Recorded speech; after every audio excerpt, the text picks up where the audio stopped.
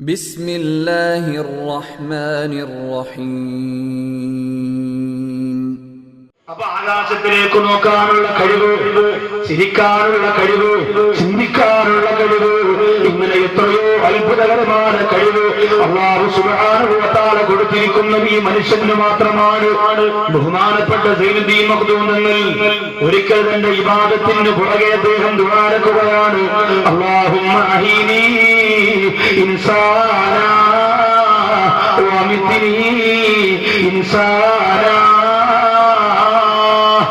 എന്നെ ഒരു മനുഷ്യനായിട്ട് ജീവിപ്പിക്കണേ അല്ലാ, എന്നെ ഒരു മനുഷ്യനാക്കി മരിപ്പിക്കണേ അല്ലാ.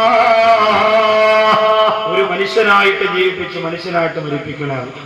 പുറകിലിരിക്കുന്ന ശിഷ്യന്മാർക്ക് സംശയം. സൈനുദ്ദീൻ മഖ്ദൂം നമ്മുടെ അടുത്ത് ചോദിച്ചപ്പോൾ അദ്ദേഹം പറഞ്ഞു, നിനക്ക് മനുഷ്യനെ കാണണമെങ്കിൽ ഞാനൊരു ദിക്ർ പറഞ്ഞു തരാം. ആ ദിക്ർ 41 ദിവസം ചൊല്ലി. 41 പരിശുദ്ധ ജുമാ ദിവസമാണ്. ആ ജുമഅക്ക് ഈ പരിശുദ്ധമായ പള്ളിയിലേക്ക് കടന്നു വന്നിട്ട് ഈ ദിക്ർ ചൊല്ലിയിട്ട് കണ്ണടച്ചിരുന്നിട്ട് ആ കണ്ണൊന്ന് തുറക്കുമ്പോ ആ പള്ളിക്കകത്തിരിക്കുന്ന മനുഷ്യരെ നിനക്ക് കാണാം. യഥാർത്ഥ മനുഷ്യരെ നിനക്ക് അപ്പോഴാണ് കാണാൻ കഴിയുക എന്ന് പറയുമ്പോ എന്റെ പ്രിയപ്പെട്ടവരെ, സൈനുദ്ദീൻ മഖ്ദൂം തങ്ങൾ അടുത്തിരുന്ന പ്രിയപ്പെട്ട ശിഷ്യൻ പോവുകയാ. ആ പ്രിയപ്പെട്ട ശിഷ്യൻ മടങ്ങിപ്പോയി. 41 ദിവസം വരെ ഉസ്താദ് പറഞ്ഞുകൊടുത്ത മനോഹരമായ ദിക്ർ ചൊല്ലുകയാ. 41ാമത്തെ ദിവസമാ പരിശുദ്ധമായ പള്ളിയിലേക്ക് ജുമാ നിസ്കാരത്തിന് കടന്നു വരികയാ. ജുമാ നിസ്കാരത്തിന് വന്നിട്ട് ബഹുമാനപ്പെട്ടവർ ഉസ്താദ് പറഞ്ഞുകൊടുത്ത ദിക്ർ ചൊല്ലിയിട്ട് കണ്ണു തുറക്കുമ്പോ ദിക്ർ ചൊല്ലുന്നതിന് മുമ്പ് പള്ളിക്കകത്ത് നിറച്ച് ജനങ്ങളായിരുന്നു. ആ ദിക്ർ ചൊല്ലിയിട്ട് കണ്ണു തുറക്കുമ്പോ ഉണ്ടായിരുന്ന മനുഷ്യരെ കാണുന്നില്ല. കുറച്ചുപേര് നായയുടെ കോലത്തിലാ, കുറച്ചുപേര് പന്നിയുടെ കോലത്തിലാ, കുറച്ചുപേര് കോഴിയുടെ കോലത്തിലാ, കുറച്ചുപേര് പെരുന്തിന്റെ കോലത്തിലാ, കുറച്ചുപേര് കാട്ടാമൃഗത്തിന്റെ കോലത്തിലാ, കുറച്ചുപേര് കാട്ടാനയുടെ കോലത്തിലാ. അങ്ങനെ ഒരുപാട് മൃഗങ്ങളുടെ ജീവജാലങ്ങളുടെ രൂപങ്ങളായി മനുഷ്യരങ്ങ് മാറപ്പെടുമ്പോ അതിൽ 3-4 പേര് മാത്രം, വളരെ കുറഞ്ഞവർ, അവർ മാത്രം അൽഹംദുലില്ലാഹ് അല്ലാഹുവിനെ ദിക്ർ ചൊല്ലിയിട്ട് ജുമാ ദിവസം പടച്ച റബ്ബിന്റെ പള്ളിയിൽ കൂടിയിരിക്കുകയാ. സൈനുദ്ദീൻ മഖ്ദൂം തങ്ങൾ ജുമാ കഴിഞ്ഞപ്പോ ചോദിച്ചു, മനുഷ്യരെ കണ്ടോ? ആകെ 5 മനുഷ്യരാണ് ആ പള്ളിയിൽ ഉണ്ടായിരുന്നത്. ബാക്കിയൊക്കെ കോഴി, നായയും പുലിയും പൂച്ചയും. എന്താ ആ രൂപം വന്നത്? അവരുടെ മനസ്സിലുള്ള ഏറ്റവും വൃത്തികെട്ട സ്വഭാവം. ഓരോ ജീവികൾക്കാണല്ലോ ഓരോ സ്വഭാവം. ഖലീലുല്ലാഹി ഇബ്രാഹിം നബി അലൈഹി സ്വലാത്തു വസ്സലാം 4 ജീവികളെ അറുത്തു എന്ന് ചരിത്രത്തിലുടനീളം നമുക്ക് കാണാം. തസൗഫിന്റെ പണ്ഡിതന്മാര് പറയുന്നു, ആ 4 ജീവികൾക്കും പ്രത്യേകമായ 4 ദുർഗുണങ്ങളുണ്ട്. ആ ദുർഗുണം മനുഷ്യൻ അവന്റെ ഹൃദയത്തിൽ നിന്ന് കളയുമ്പോഴാണ് അവൻ യഥാർത്ഥ മനുഷ്യനാകുക. ഒന്നാമത് അദ്ദേഹം അറുത്ത ജീവി ഏതാണെന്നറിയോ? കോഴിയാ. കോഴിയുടെ സ്വഭാവം എന്താ? വെള്ളം ഒഴിച്ച് കോഴി കാര്യം അതിന് വെള്ളം തായി. കോഴിയുടെ സ്വഭാവം എന്താണെന്നറിയോ? വികാരമാണ്. കോഴി എന്ന് പറയുന്നത് ഒരു വികാര ജീവിയാണ്. അതിന് വേറെ ഒന്നും ആലോചിക്കേണ്ട കാര്യമില്ല. ആരും കല്യാണം നടത്തി കൊടുക്കുകയൊന്നും വേണ്ട. അപ്പുറത്തെ പെടക്കോഴി.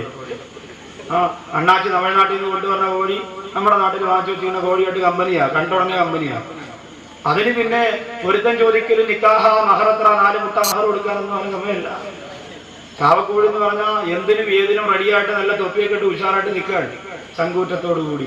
അപ്പൊ ഇതിന് വികാരമാണ് ആ ജീവിയുടെ സ്വഭാവം. ആ സ്വഭാവം ചില മനുഷ്യരെ കീഴടക്കിയിട്ടുണ്ട്. അതിനെ നമ്മൾ അറുത്ത് കളയണം. അത് നമ്മുടെ ഉള്ളിലുണ്ടെങ്കിൽ വേഷവിധാനങ്ങൾക്കുള്ളിൽ അടക്കി നിർത്താൻ കഴിയാത്ത വികാരം കൊണ്ട് നടക്കുന്നവൻ മനുഷ്യനല്ല, മൃഗമാണ്. അതാണ് പ്രിയപ്പെട്ടവരെ, 2.5 വയസ്സുള്ള കുഞ്ഞിന് വടക്കാഞ്ചേരിയിലെ കുട്ടിക്കാടിനിടയിൽ ക്രൂരമായി മാനഭംഗപ്പെടുത്തി വലിച്ചെറിഞ്ഞ മനുഷ്യന്റെ മുഖത്ത് നോക്കിയിട്ട് പത്രത്തിലൂടെ വായിച്ചു പോയ ദിനങ്ങൾ ഇവൻ മനുഷ്യനാണോ മൃഗമാണോ എന്ന് ചോദിച്ചു പോയത് അതുകൊണ്ടാണ്. ഇവൻ മൃഗമാണോ എന്ന് ചോദിച്ചു പോയത് അതുകൊണ്ട്, അത് മനുഷ്യൻ ചെയ്യുന്ന പ്രവൃത്തിയല്ലാത്തത് കൊണ്ടാണ്. അപ്പോ വികാരം എന്ന് പറയുന്നതിനെ ഒതുക്കി നിർത്താൻ, നമ്മുടെ ഭാര്യയിൽ ഒതുക്കി നിർത്താൻ. ഭാര്യ നമ്മുടെ വികാരങ്ങൾ പൂർത്തീകരിക്കാൻ അല്ലാഹു തന്നിരിക്കുന്നത്. ഇന്ന് എന്റെ പ്രിയപ്പെട്ട സഹോദരിമാര് ചിന്തിക്കണം. ഭാര്യമാര് കാരണം കണ്ടുകൊണ്ട് തുടങ്ങിയ ഭർത്താക്കന്മാരുണ്ട്.